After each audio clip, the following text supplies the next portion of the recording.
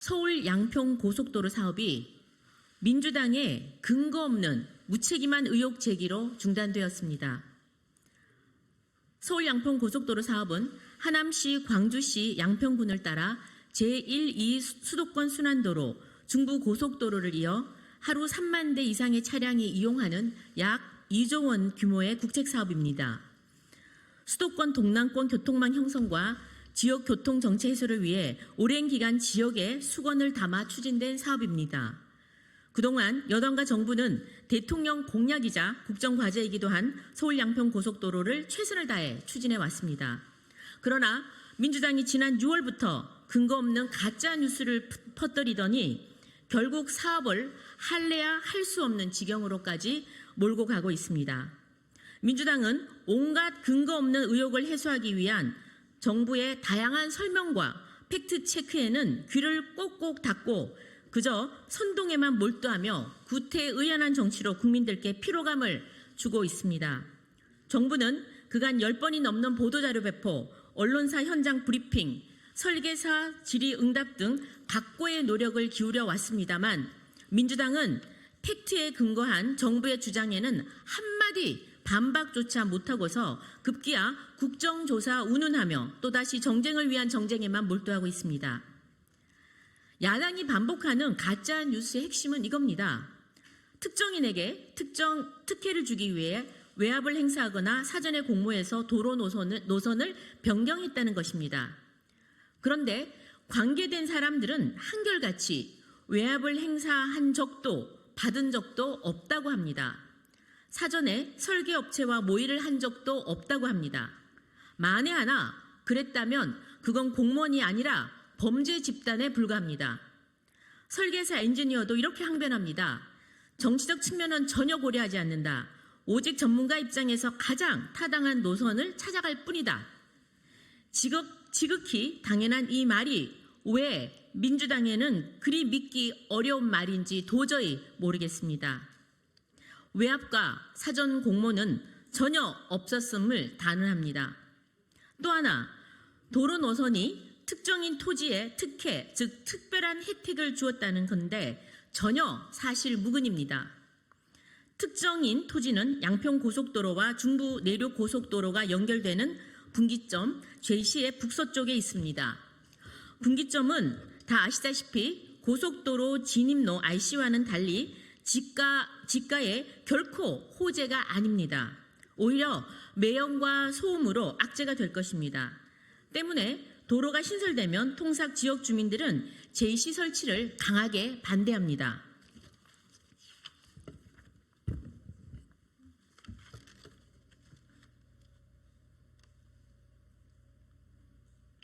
심지어는 집단 이주까지 요구하기도 합니다. 이러한 제시 설치가 어떻게 특혜가 된단 말입니까? 그리고 특정인의 그 토지는 보존 용지인 관리지역에 있습니다. 더군다나 상수원 규제 지역에 포함됐기 때문에 용도 지역 변경도 어렵고 개발 행위가 극히 제한되어 있습니다.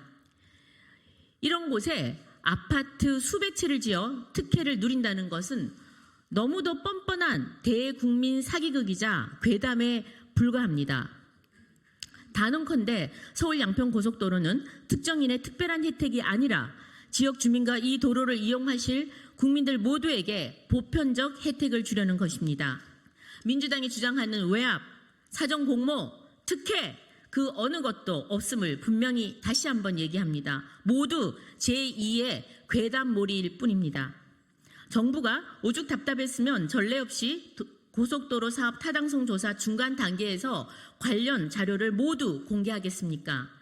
오늘 정부는 그간의 경위를 총망라하고 경위별로 세세한 자료 하나하나까지 모두 공개했습니다.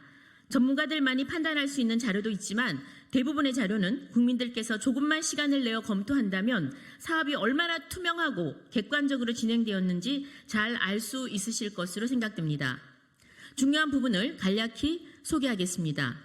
우선 전문가들이 최적 대안을 제시한 사유와 경위가 세세하게 소개되어 있습니다.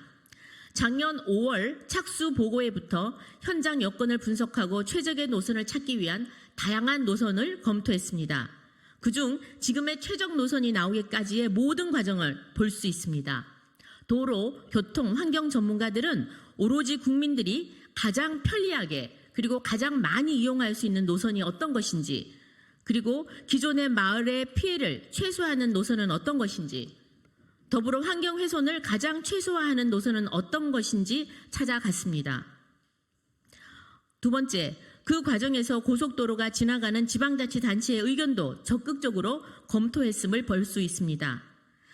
IC 하나 없었던 양평군이 IC를 설치해 달라는 요청, 그리고 정체가 심한 88번 지방도와 연결해 달라는 광주시의 요청 등 합리적인 지방자치단체의 요청도 기술적, 경제적으로 가능하기에 대안노선을 통해 반영했음을 알 수 있습니다.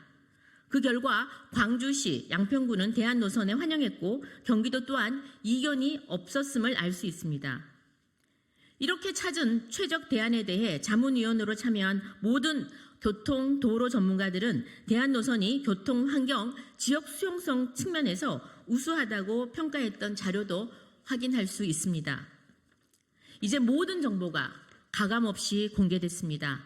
존경하는 국민 여러분, 그리고 언론인 여러분, 야당의 근거 없는 거짓 주장이 과연 맞는지, 아니면 정부의 객관적 자료에 근거한 답변들이 맞는지 직접 확인하고 검증해 주십시오.